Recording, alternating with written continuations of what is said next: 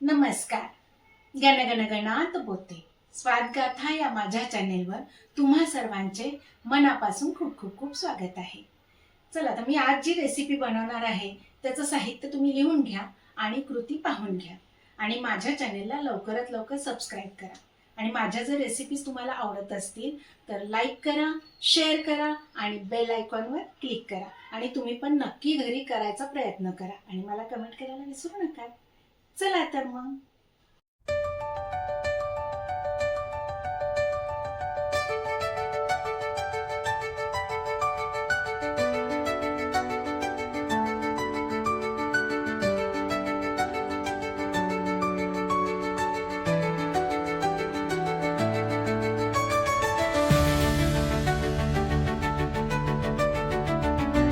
आज आपण बनवूयात शेगावची कचोरी.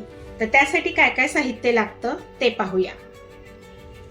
मी इथे अर्धा किलो बेसन घेतलं आहे, अर्धा किलो मैदा घेतला आहे, तेल घ्यायचं आहे, पाणी इथे घेतली आहे मी 150 ग्रॅम हिरवी मिरची, 75 ग्रॅम लसूण, 50 ग्रॅम आलं, भरपूर सारी कोथिंबीर आणि स्वादानुसार मीठ. आणि इथे 5 ग्रॅम धने, हे कच्चे धने आहेत, आबडधोबड कुटून घ्यायचे आहेत. 10 ग्रॅम बडीशोप, 10 ग्रॅम काळा मसाला, ही धने पावडर घ्यायची आहे 10 ग्रॅम, कसुरी मेथी घेतली आहे 5 ग्रॅम आणि हळद 10 ग्रॅम, मीठ स्वादानुसार. चला, तर आपण आता करायला सुरुवात करूया. एकदम सोप्या पद्धतीने मी इथे सांगणार आहे आणि एकदम झटपट होईल अशी ही कचोरी. तुम्ही पण नक्की करून पहा. आधी काय करूया, लसण आल्याची पेस्ट करून घेऊया. त्याच्यामध्ये आपण 2 ते 3 चमचे पाणी टाकून घेऊया, म्हणजे मग छान अशी मऊसूत पेस्ट तयार होईल याची. हे पहा, ही अशी अर्धबोबडी पेस्ट तयार झाली आहे. आता आपण याच्यामध्ये मिरच्या घालून त्या सुद्धा वाटून घेऊया.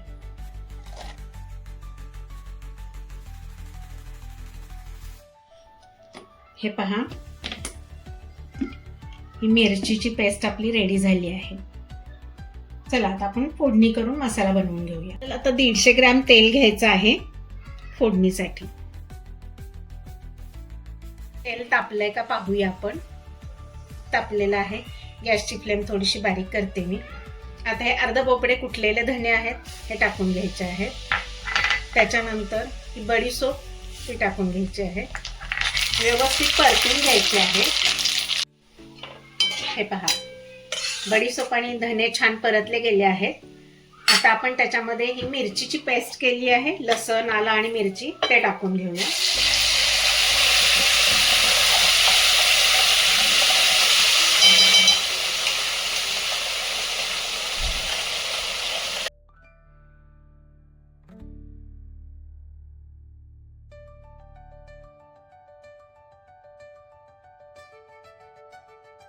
हे पहा, हा मसाला थोडासा फ्राय करून झालेला आहे आणि त्याला तेल पण सुटायला लागलेलं आहे. आता याच्यामध्ये आपण ही धना पावडर टाकून घेऊया, काळा मसाला किंवा गोडा मसाला, हळद आणि ही आपली कसुरी मेथी.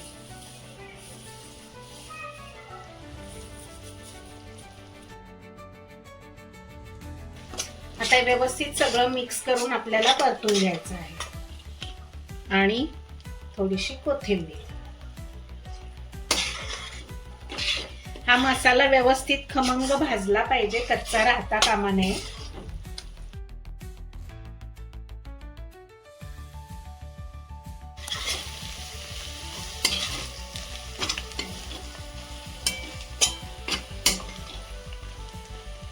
तेल सुटायला लागलेलं आहे मसाल्याला. आता मी याच्यात स्वादानुसार मीठ घालून घेते. पहिल्यांदा थोडंसं कमीच घालते, वाटलं मला नंतर तर मी आणखी त्यात घालू शकते. हे पहा, आपला आता मसाला पण छान फ्राय होऊन निघाला आहे. त्याच्यामध्ये आता आपल्याला पाणी टाकायचं आहे. तर गॅसची फ्लेम मी वाढवते आणि अर्धा किलोसाठी साधारण एवढं पाणी टाकते. म्हणजे जास्त पातळही नाही होता कामा, त्याची गोळी बनवून आपल्याला ती भरता आली पाहिजे आणि लाटता आली पाहिजे कचोरीमध्ये. आता या पाण्याला चांगली उकळी येऊ देऊया. हे पहा, पाण्याला आता उकळी आलेली आहे. आपण आता याच्यामध्ये बेसन टाकून घेऊया.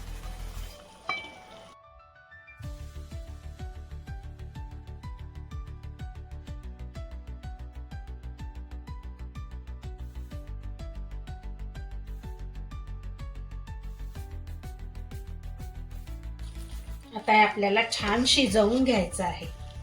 हे कच्चं राहता कामा नये. आता मी थोडंसं चाखून पाहते मिठाचं प्रमाण. मला मीठ कसं वाटतंय ते. मीठ थोडंसं मला कमी वाटतंय म्हणून मी पुन्हा ऍड करते वरनं. आता हे परत सगळं व्यवस्थित आपल्याला टाकून घ्यायचं. याला आपण आता एक वाफ आणून घेऊया.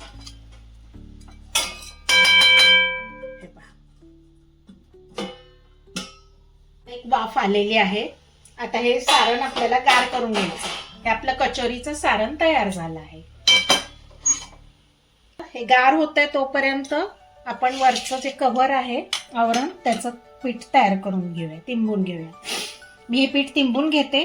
तोपर्यंत तुम्ही जर माझ्या चॅनेलवर नवीन असाल तर लवकर लाईक करा, शेअर करा आणि सबस्क्राईब करायला विसरू नका.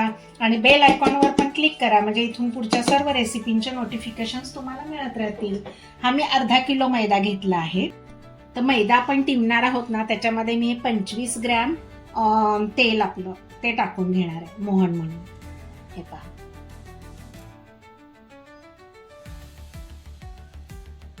आता हे आपल्याला पाणी टाकून तिंबून घ्यायचं. हे पहा, असा घट्ट गोळा तिंबून घ्यायचा. हा गोळा आपल्याला आता 10 मिनिटं असंच ठेवायचा आहे, झाकून ठेवायचा.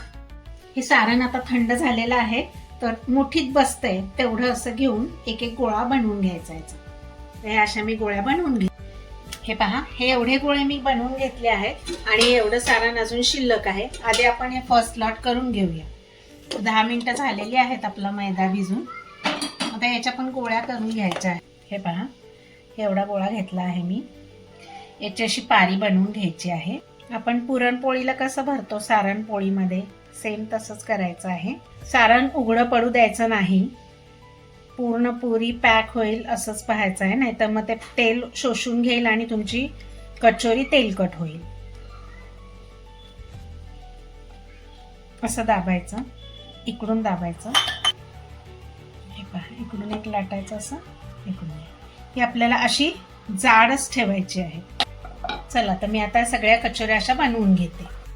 हे पहा, एवढ्या कचोऱ्या माझ्या लाटून झाल्या आहेत. मी आता हे एवढ्या तळून घेते. तेल तापलंय का पाहूयात आपण. हे पहा, ती गोळी वर आली म्हणजे आपलं तेल तापलेलं आहे.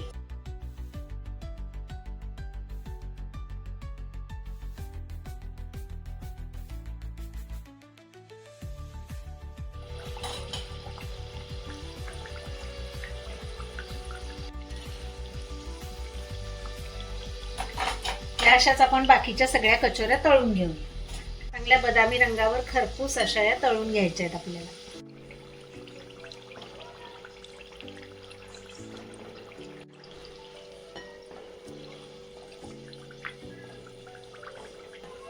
एक कचोरी माझी तळून झाली आहे. आता आपण ह्या बाकीच्या कचोऱ्या अशाच तळून घेऊया.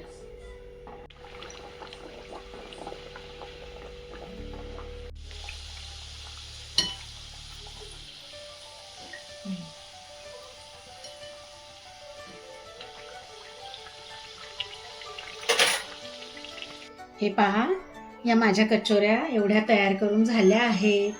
खमंग, खुसखुशीत आणि झणझणीत अशा मस्त ह्या कचोऱ्या तयार झाल्या आहेत. तुम्ही पण नक्की करून पहा. मी जे हे प्रमाण दिलं आहे त्या प्रमाणाने करा. एकदम परफेक्ट होतील. एकदम रुचकर आणि छान झालेल्या आहेत. आवडली का माझी ही रेसिपी? तुम्हाला जर आवडली असेल तर तुम्ही पण नक्की करून पहा आणि कमेंट करायला विसरू नका. अशा स्वादिष्ट रुचकर रेसिपींसाठी पुन्हा पुन्हा भेट द्या माझ्या स्वादगाथा चॅनेलला. चला तर मग भेटू आपण पुढील नवीन व्हिडिओमध्ये नवीन रेसिपीसह. तोपर्यंत मस्त खा आणि स्वस्त राहा. माझा व्हिडिओ पूर्ण पाहिल्याबद्दल खूप खूप खूप धन्यवाद. बाय.